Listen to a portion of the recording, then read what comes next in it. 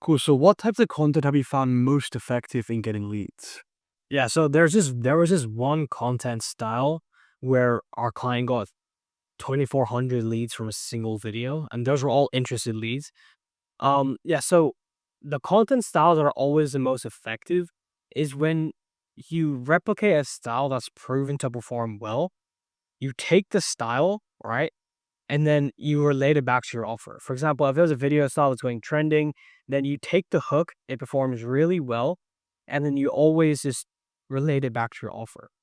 Like that style of content always gets the most leads, but then also client result breakdown videos. Those videos also always get the most inbound leads. And even if you're not directly getting inbound leads, people are still talking about like, oh wow, this guy's service is really good. So for example, I could do a reel or Instagram video where I talk about how I took my client from 13K to 130K followers. That reel, like all the clients are gonna see that reel, they're gonna say, okay, yeah, this guy's an expert. This guy's service is really good, so I might buy it in future. And yeah, there's like instant relatability and like instant authority from those videos. So yeah, those are great for getting inbound deals and just securing your expertise around your service. Okay, and how do you actually identify and target the right audience with that content? Like, how are you getting the right people to watch those videos? Yeah. So let me see. So there's one thing. There's actually two things. So you always want to always stay in your niche. That's the first thing. Never ever try to go out of your niche just to try and get views. Like that's just you will honestly ruin your audience and fill it up with a bunch of idiots. Two is you always want to just talk to the same person.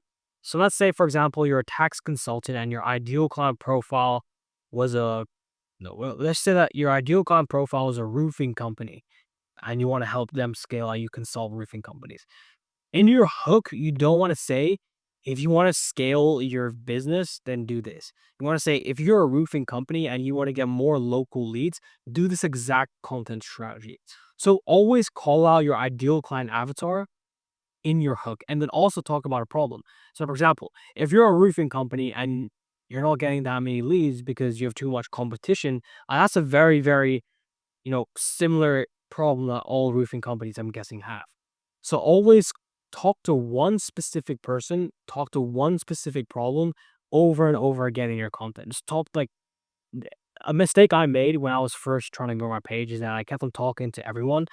But then when I recently switched talking to one person, I got way more leads in my like section. So yeah, just talk to one specific person and solve their problems. Okay, and I think a lot of the audience would think like, when they're starting out trying to build their brand, how are they going to do that and how are they going to be able to actually reach a mass audience when they're talking from one person? So shed that light onto how you think people should go about actually getting views at the same time as getting leads, because both those things are very, very important. Yeah, that's a good point there. So So what you can do is that you can talk to I know I just said no be generic, but if you also want to get views to combine it with something, then your hook can be a little bit more generic, but you always have to tie it back to your offer.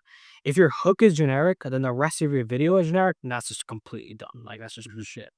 But if you make your hook a generic, like a little bit generic, you still call out your subsection of business owners. Like you could just say instead of roofing companies, you could say if you're a business owner struggling because your competition is destroying you, then that could be like a little bit more generic hook, but then you relate it back to your offer.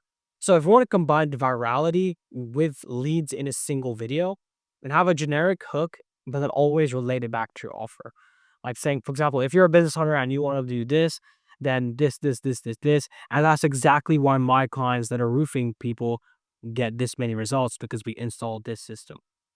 So if you want to go viral and not like also get leads, have a generic hook that's a little bit more broad, but then always related back to your offer. Yeah. Okay, and then with getting leads itself, like actually the content side of things, would you say being more authentic, less kind of insane setups, but more, or would you say, having that insane setup is better? Which one would you think is the best to have when you're trying to attract that right audience? Yeah. So it depends if you're B2C or B2B. I think B2C, you need to be a little bit more authentic, and then B2B, you can be more professional. But I think it's also a combination of both because a lot of people like everyone's like craving authenticity. Everyone's craving the raw style of content. But honestly, like it also depends on like who you are as a person. Like if you're pretty bad at talking to the camera, then a raw authentic will work for you. If you're good at talking to the camera, then a raw authentic will work for you.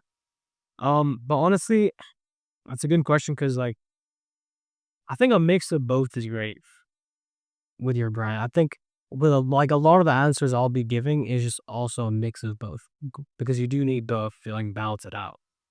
Okay. And then, people that do want to go viral, because people still want to build their brand, is still a very, very big, important thing for people. So, how do you suggest people actually do this whilst not just getting a ton of unqualified people? Like the actual how of doing it?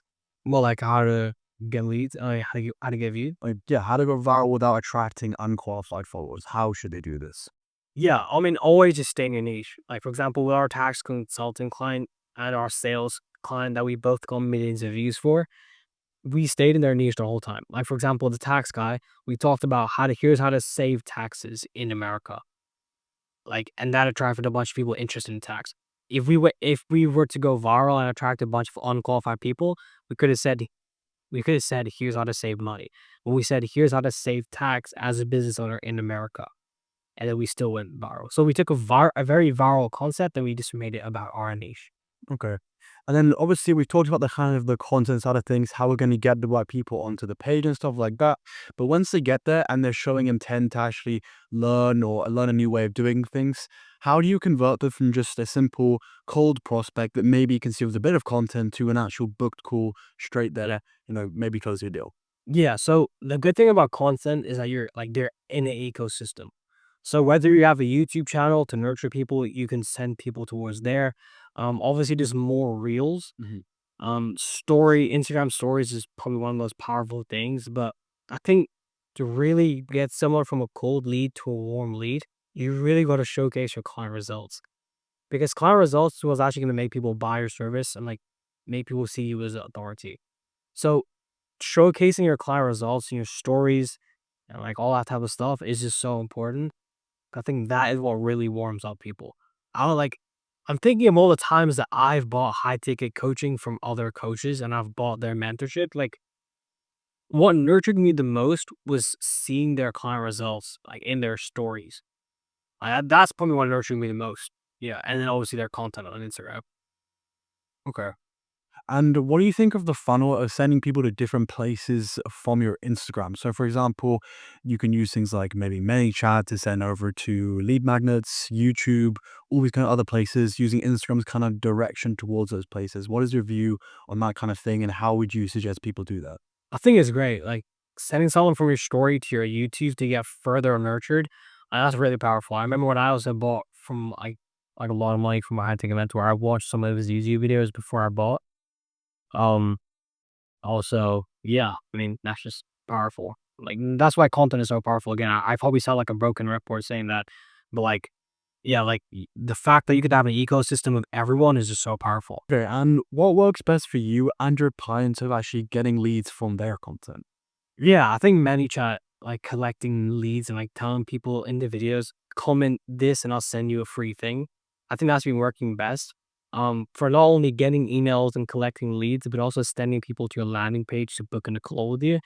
Because I remember like one of our clients got 2,400 leads, like qualified leads from a single video. He had like 10,000 actual comments in that video, and we just like flooded all of them towards his landing page, and that was super powerful.